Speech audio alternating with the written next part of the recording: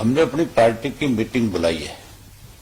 6 तारीख को हिसार में हम अपनी मीटिंग करने जा रहे हैं स्टेट बॉडी की, जहां हम अपने पदाधिकारियों को, पार्टी के नेताओं को फतेहाबाद रैली में जो जिम्मेवारी उन्होंने निभाई है, जिस ढंग से उन्होंने काम किया, जहां उनको उसके लिए बधाई देंगे, वहीं आदमपुर चुनाव में उनकी क्या जिम्मेवारी है उसके लिए भी हम 6 तारीख को तय कर लेंगे। और उसके बाद 8 तारीख से 12 तारीख तक 4 दिन मैं लगातार स्वयं हल्के में जाऊंगा और हल्के में जाकर के लोगों से मिल करके, बात करके, कार्यकर्ताओं से पूछ करके हम अपनी पार्टी का प्रत्याशी तय करेंगे। वहीं एक बात और लोगों से जरूर पूछूंगा कि इस उपचुनाव की जरूरत क्यों पड़ी, ये उपचुनाव किन परिस्थितियों में हो रहा है, ये परिस्थितियां किसने पैदा करी, इसके लिए कौन जिम्मेवार है। ये उपचुनाव जो है, ये इस्तीफा कोई इस बात के लिए नहीं दिया गया था कि कोई मेजर रीजन हो गया जिसकी वजह से इस्तीफा देना पड़े। मैंने तो इस्तीफा दिया था तो किसान आंदोलन चल रहा था, केंद्र की सरकार किसान को कमजोर कर रही थी, उसको जमीन से बेदखल कर रही थी, कहीं किसान की रोजी रोटी छीनने का काम कर रही थी।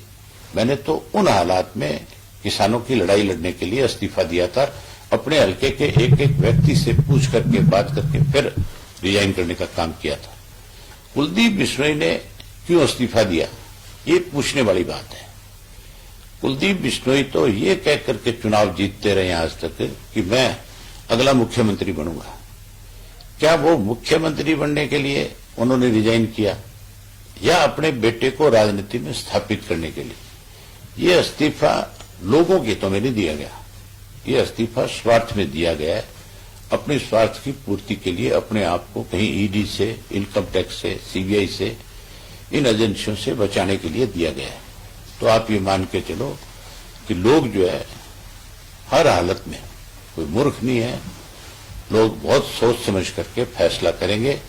इन्होंने जहां लोकसभा में इनको बुरी तरह हराने का काम किया था, इस विधानसभा के चुनाव में भी, उपचुनाव में भी लोग इनको सबक देंगे।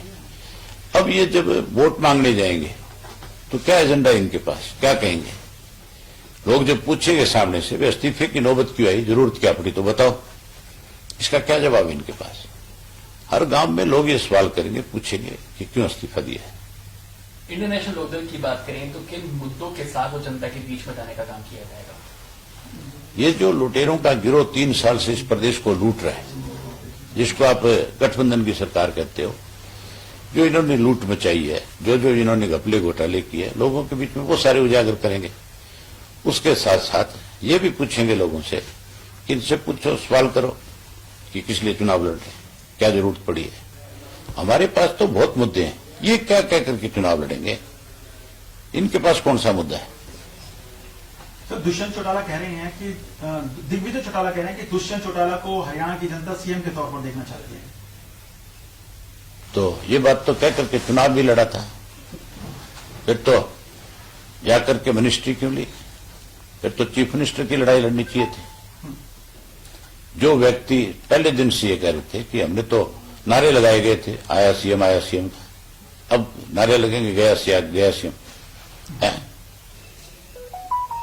ये उसके कहने से चीफ मिनिस्टर कैसे बन जाएगा? जिनके पास 10 एमएलए हैं और जो ये कहते हैं कि हम ये गठबंधन का धर्म निभाएंगे, अगर मान लो कल को बीजेपी के साथ ये दोबारा चुनाव मैदान में भी आते हैं गठबंधन के साथ, तो फिर चीफ मिनिस्टर का कैंडिडेट कैसे हो जाएगा? बीजेपी इनको कितनी सीटें देगी? ये तो खाली सारा दिन लोगों के अंदर कैसे, तो कुछ तो बोलेंगे बेचारे, कुछ तो कहना ही पड़ेगा। अगले 2024 के चुनाव में हमें पूर्ण बहुमत दीजिए और उसके बाद जो है दुष्यंत, एक तरफ गठबंधन की बात करते हैं, एक तरफ पूर्ण बहुमत मांगते हैं। पूर्ण बहुमत तो तब मांगे आदमी जब अपनी लड़ाई लड़े, अपनी पार्टी पे लड़े।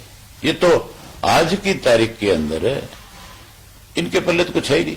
अब तो ये भी कहा दिग्विजय ने कि हमारे तो 10 एमएलए हैं, सरकार में हमारा 20% हिस्सा है, हमारे पल्ले ही कुछ नहीं है।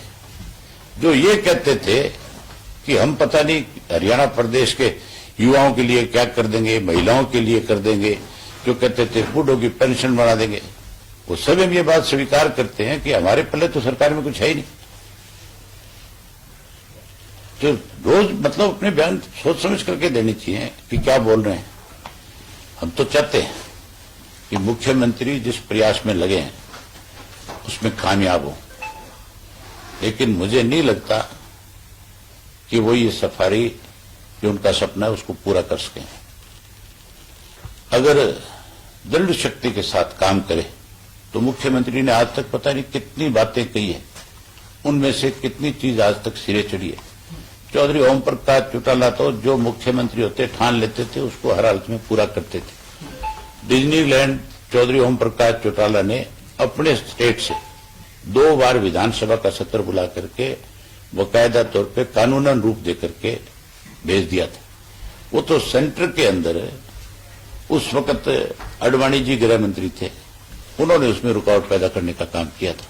हमारा तो मकसद था कि हरियाणा टैक्स फ्री सिटी बने, जिसमें ज्यादा से ज्यादा पैसा आए और लोगों को ज्यादा से ज्यादा विकास के काम हो सके, उसका फायदा मिल सके। लेकिन आज की सरकार ने तो बहुत सारे फैसले किए, बहुत सारे फैसले बदले। अब ये सफारी बनेगी या किसी की सवारी बनेगी ये तो मुझे पता नहीं है। नहीं, आपकी सरकार में तो चलो अडवाणी जी ने रोड़े अटकाए थे, हाँ। लेकिन इस सरकार में तो बीजेपी की सरकार केंद्र में भी है। नहीं, अगर ये चीज बना रहे हैं, अगर इसके लिए कोई विधानसभा में ये बिल भी लेकर के आए तो हम तो उसका समर्थन करेंगे। हम तो चाहते हैं कि हमारे प्रदेश के अंदर ज्यादा से ज्यादा टूरिस्ट आए। हमारे प्रदेश के अंदर मैं तो चाहता हूं कि आज भी हरियाणा में कसिनो बने, आज भी डिज्नीलैंड बने। गोवा में अगर कसिनो हो सकता है तो हरियाणा में क्यों नहीं हो सकता? हरियाणा में तो 1 नंबर में नहीं है ना सर, वो तो 2 नंबर में नहीं, 2 नंबर में नहीं है। वहां पे भी जो कसिनो बने हुए उनको बाकायदा तौर पे परमिट मिले हुए हैं, वो बाकायदा तौर पे फीस भरते हैं सालाना।